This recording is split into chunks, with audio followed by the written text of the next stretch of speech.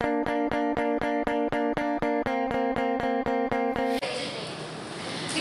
class. Good afternoon, ma'am. How are you today? I'm good. Okay, so this afternoon, we will be discussing about another theory on interpreting errors of second language learners. In the previous lessons, we have been talking about theories on interpreting the errors committed by second language learners. So we have learned about the contrastive analysis hypothesis.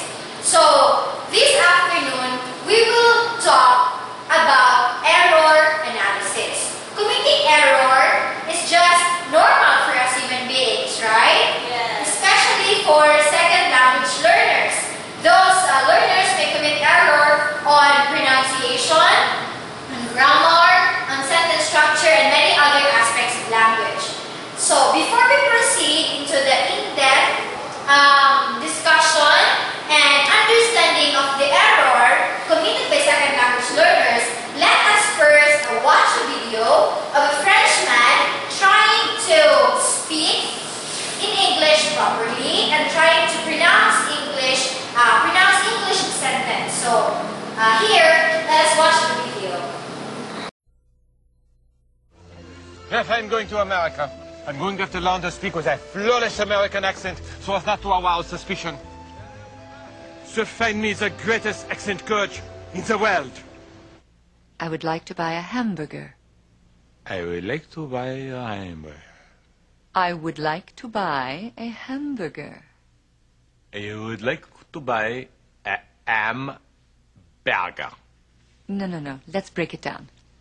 I would Would would weird would weird would would like to toi to toi to toi buy B buy B buy B B a A hamburger hamburger hamburger hamburger hamburger hamburger ham M bur B ger. G. I would like to buy a hamburger. I would like to buy a hamburger. It's not damburger, hamburger. I'm not saying dimburger. I said I would like to buy a hamburger. I would like to buy a hamburger. I would like to buy the hamburger. Hamburger. I would like to buy a hamburger. Maybe we should stop. We don't quit. We do not quit. Again. I would like to buy a hamburger. I would like to buy a I hamburger. would like to buy a hamburger. I would like to buy the burger. I would like to buy a hamburger. I would like to buy a hamburger. I would like to buy a hamburger. I would like to buy a hamburger. I would like to buy a hamburger. The burger.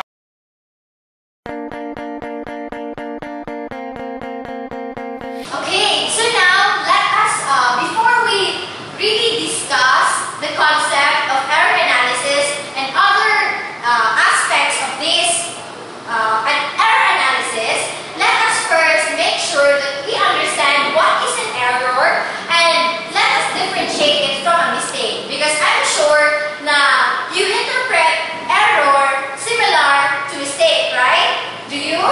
Yes. Yeah, they seem to be the same. That error is just mistake. But in the context of second language acquisition, error is totally different from a mistake. Because as we can see there, an error is a noticeable deviation reflecting the competence of the character. It is a systematic deviation made by the learner who has not yet, remember the word not yet, mastered the rules of the target language. And it is a deviation that arises as a result of lack of knowledge. So when a second language learner commits error, error is because there in the last statement there is a lack of knowledge, meaning that person really don't know the rules and everything about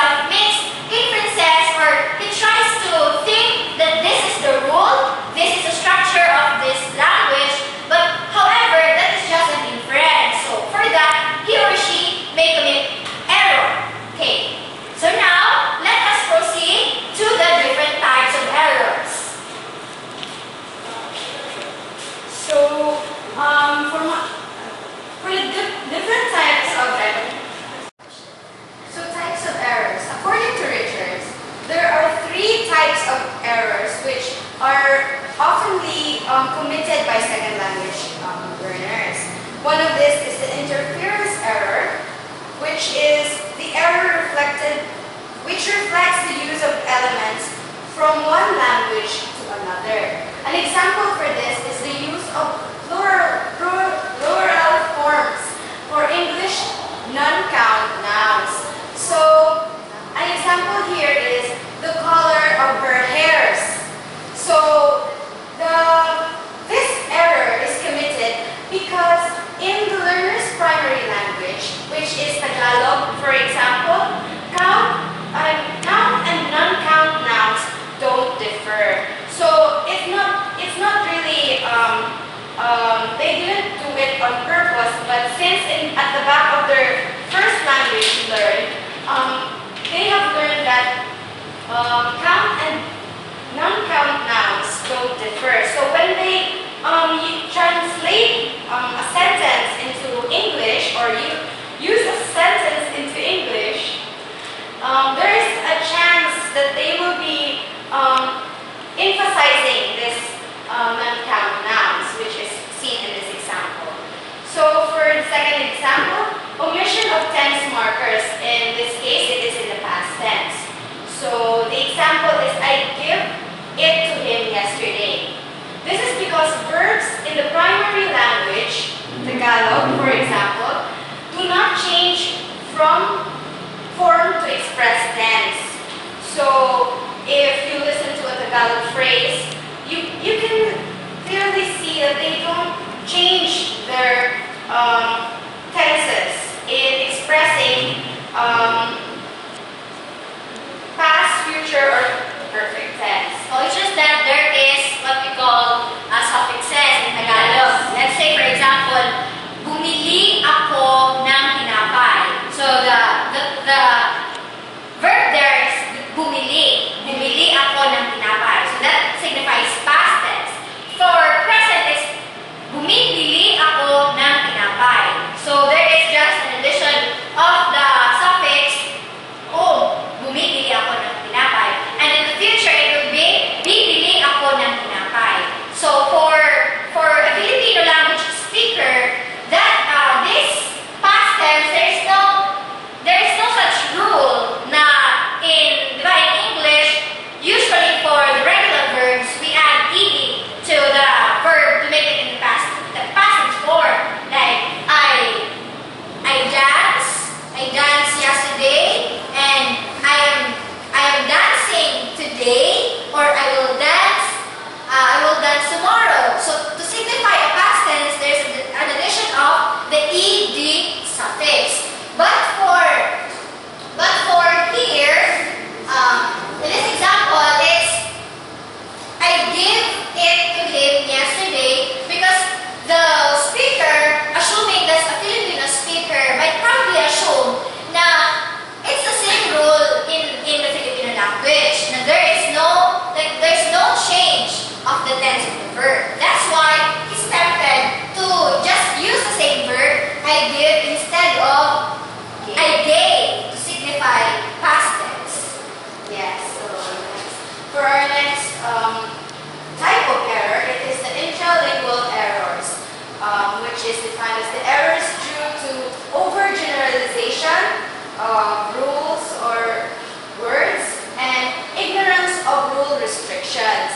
So this is the kind of error wherein there will be an overuse or an ignorance of the kinds of rules that are yet to be learned by the language learner. So for example, the overuse of articles the and a, but in this example we are using the.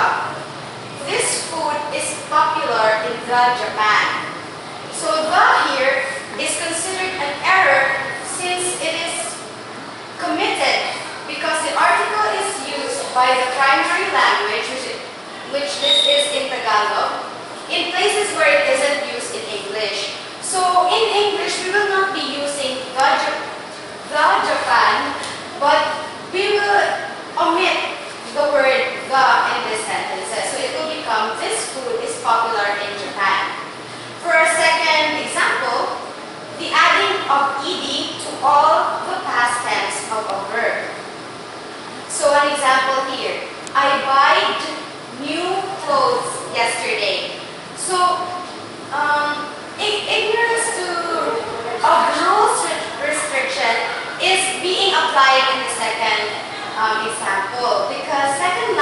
learners may always apply the rule of adding ed to a verb in order to make it in its past tense. So it's like when you are taught na put ed when it's on the past, but there are some words like buy, for example, irregular verbs, which changes its form or its spelling once it is in the past tense. So they may be unaware of the restriction. This rule applies only to regular verbs. That's one ratio here. And next, for the third type of error, it is the false concept hypothesis.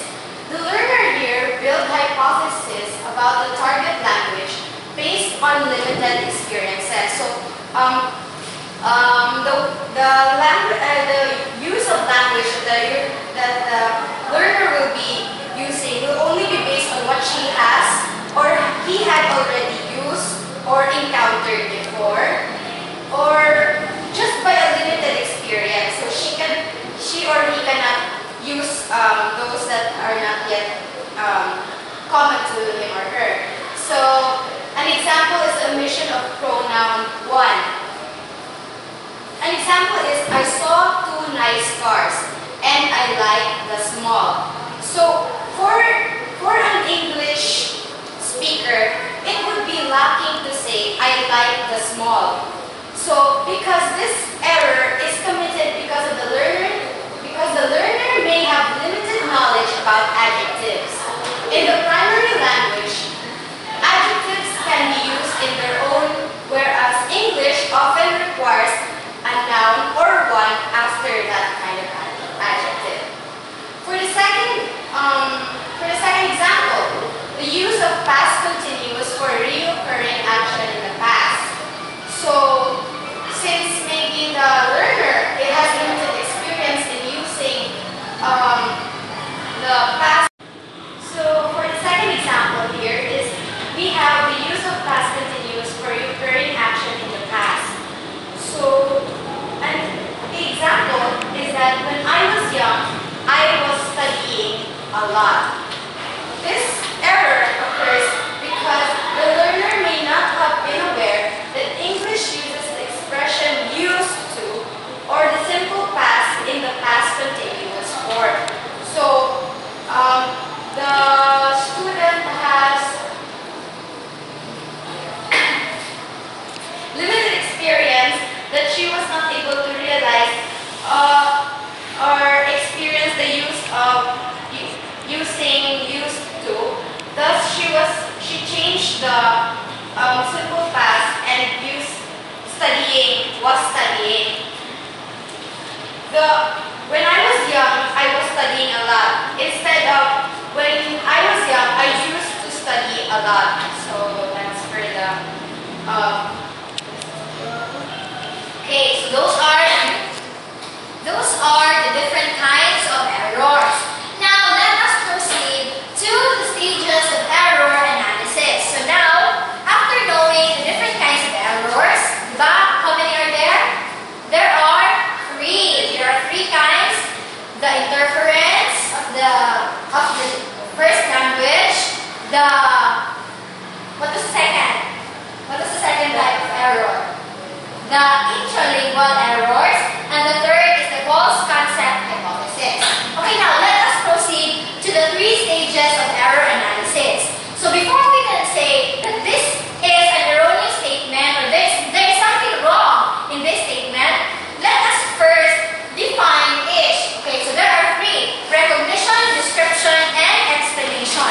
So for the first stage, the recognition stage, there recognition depends upon correct interpretation of the learner's intention. So you as a listener, you know, you can understand the meaning, you can interpret the meaning. However, you know that you recognize that something is wrong in the statement, that there is really an error. Let's take a look at this as an example. My friend bought a new car yesterday. So you as a listener, or you know the rules of the English language, you know that buy is an irregular verb. So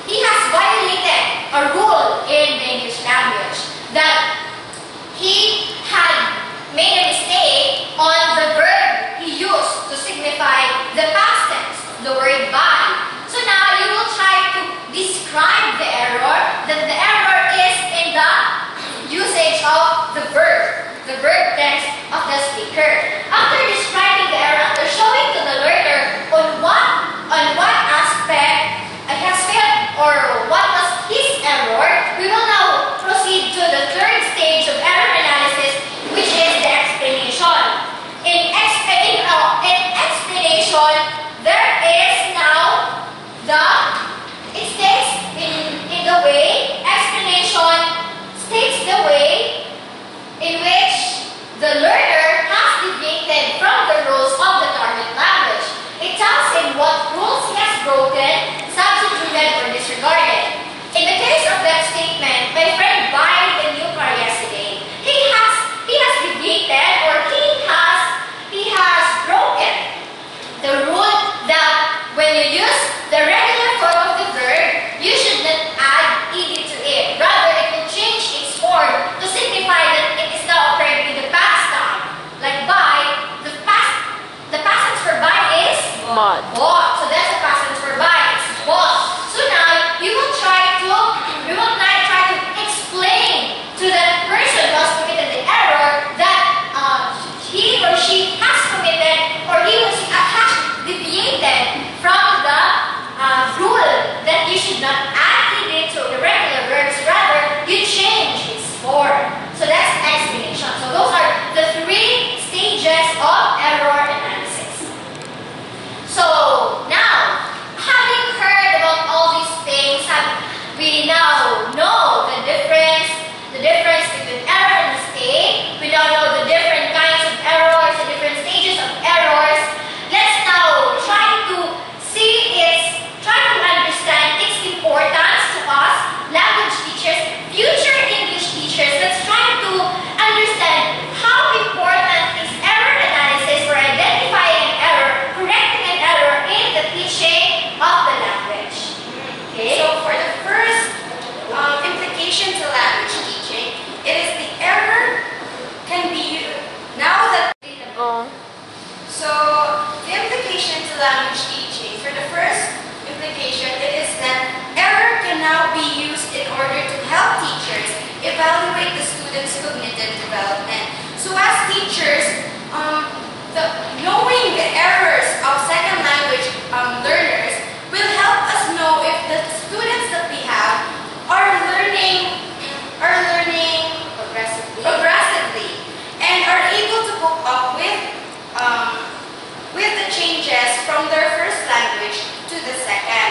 They will now be able to differentiate and have the 3 stages of error analysis instilled in them. The next is cognitive feedback must be optimal in order to be effective. It is not good that you as a teacher, when your second language learner speaks or creates English sentences and there are errors in it, it's not good that you keep on interrupting, that you keep on correcting, you keep on interrupting. No, you're saying the wrong thing, you're saying that. No, wait, stop. Because the tendency there is that student who commits the error, who is trying his best to deliver, to communicate using the target language, which let's say English language, will have this feeling na, okay, so I keep on committing many errors, so okay, I will just sit there, I will not talk na lang, I will just listen to you. So that's the disadvantage. If you keep on interrupting the students, you're not actually helping him develop, but you're trying to put a barrier, you're trying to stop him. Because committing errors, diba, is positive in a way na you can monitor the progress of the learners. It's good na that person or that student will speak. However, you should also not tolerate absolutely all the errors. Because if you tolerate it, what will happen is that it will be like fossilized errors that they will think, oh, I'm just saying the right thing, I'm just doing the right thing, I'm just taking this correctly because my teacher isn't correcting me, so maybe this is just right. It's not good na you tolerate it very much, but there should be like a balance. You do not interfere often, but you just also don't leave it hanging. Now you keep it there as an error, but it should be optimal. That it's in the best way that you correct an error, but in the proper way, or you correct it in order to facilitate the development and the learning process of that second language learner. So as for the last implication in language teaching, there are actually a lot of implications, but this is only a generalization of all of them. The teacher's role is to help the students become conscious of their errors and give them initiative to try and find for themselves why they have made the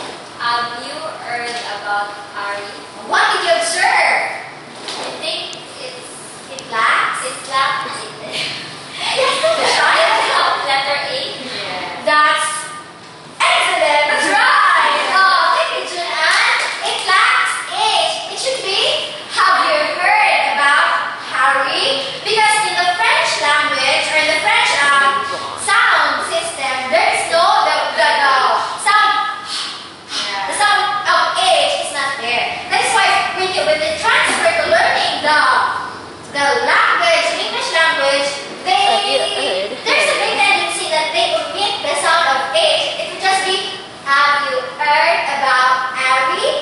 But it's quite funny for us, diba? So hear that. And also, of course, they have their own accent. Okay, Cristel, can you read the second sentence and try to spot the error? I bought a new umbrella. It's very cheap. Oh, what's the wrong there? What's the wrong? What's error there? Pronoun he and Yes. the Object. that's it. Is. He is. What's the wrong? What's the error? I'm sorry, I made a mistake. What's the error? Okay. It's supposed to be I bought a new umbrella. It was very cheap. Or it was very cheap, or it is or it is very cheap. What's the problem there is in the French structure or in the French language, they just use masculine or feminine to refer to things for pronouns. So the tendency is for object, they use the masculine pronoun, which is in English, he.